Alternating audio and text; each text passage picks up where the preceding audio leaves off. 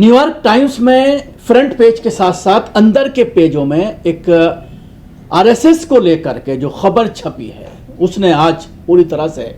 कोहराम मचा दिया है। और ये बहस अब शुरू हो गई है कि क्या दुनिया में आरएसएस को आतंकी संगठन घोषित किया जाएगा।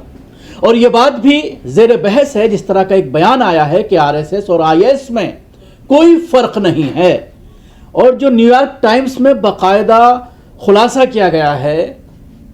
दावे किए गए हैं, सबूत पेश किए गए हैं अपनी इस रिपोर्ट में, उसको लेकर के बड़ा सवाल आरएसएस पूरे संगठन के ऊपर खड़ा हो गया। और खासतौर से ऐसे माहौल में जो पिछले 10-12 दिन से जो घटनाएं घट रही हैं पूरे भारत में, जिस तरह से हिंदूवादी संगठन पैर पसार रहे हैं, कहीं पर आपने देखा किस तरह से 25 दिसंबर को क्रिसमस के मौके पर पूरे देश में हंगामा, हिंदूवादी संगठनों का आतंक, उसके बाद बरेली की घटना, रेस्टोरेंट के अंदर इस मामले को लेकर भी कई तरह के सवाल खड़े हुए। और उसके बाद जिस तरह से उत्तर प्रदेश में खुलेआम हथियार बांटे जा रहे हैं, जिस तरह से उत्तर प्रदेश में खुलेआम तलवारें बांटी जा रही हैं और पुलिस खामोश तमाशाई बनी बैठी है, इन तमाम वाक़ियों को लेकर के पूरी दुनिया में अब सवालात खड़े हो रहे हैं कि किस तरह से सबसे प्रभावशाली अखबारों में से एक न्यूयॉर्क टाइम्स ने भारत के हिंदूवादी संगठन आरएसएस को ऐसी रिपोर्ट छापी है जिसने कोहराम मचाकर रख दिया है। महीनों की रिसर्च के आधार पर फ्रंट पेज और अंदर के पेज तक छपी इस रिपोर्ट का सारांश ये है कि कैसे इस संगठन ने अपने 2500 से अधिक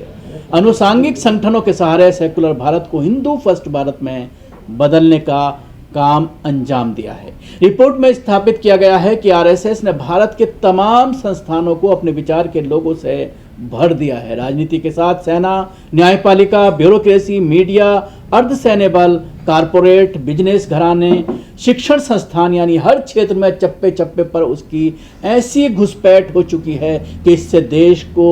निकाल पाना अब मुश्किल हो चुका है। अखबार का कहना है कि आरएसएस की विचारधारा ईसाइयों और मुस्लिम अल्पसंख्यकों के प्रति नफरत की बुनियाद पर खड़ी है। अखबार ने चर्चों पर हमले, मॉब लिंचिंग, दंगा, धार्मिक जुलूस की आड़ में अल्पसंख्यकों पर जुल्म जैसी तमाम घटनाओं के पीछे इस संगठन के वैचारिक प्रभाव को रेखांकित किया है। रिपोर्ट बताती है कि इस संगठन ने मोदी के 11 वर्षों के कार्यकाल में भरपूर विस्तार किया है। न्यूयॉर्क टाइम्स की इस रिपोर्ट ने न सिर्फ अमेरिका बल्कि यूरोप से लेकर ऑस्ट्रेलिया तक के स्कॉलर्स, सियासतदान, धार्मिक चिंतकों, राजनेताओं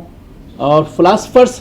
सबके कान खड़े करती हैं। रिपोर्ट बताती है कि भारत की मिलीजुली संस्कृति के लिए ये संगठन गंभीर चैलेंज बन चुका है। तो आप देख सकते हैं कि किस तरह से डिटेल रिपोर्ट प्रकाशित की गई है न्यूयॉर्क टाइम्स में, और भारत की तमाम संस्थाओं से लेकर के प्राइवेट सेक्टर से लेकर के हर जगह पर किस तरह से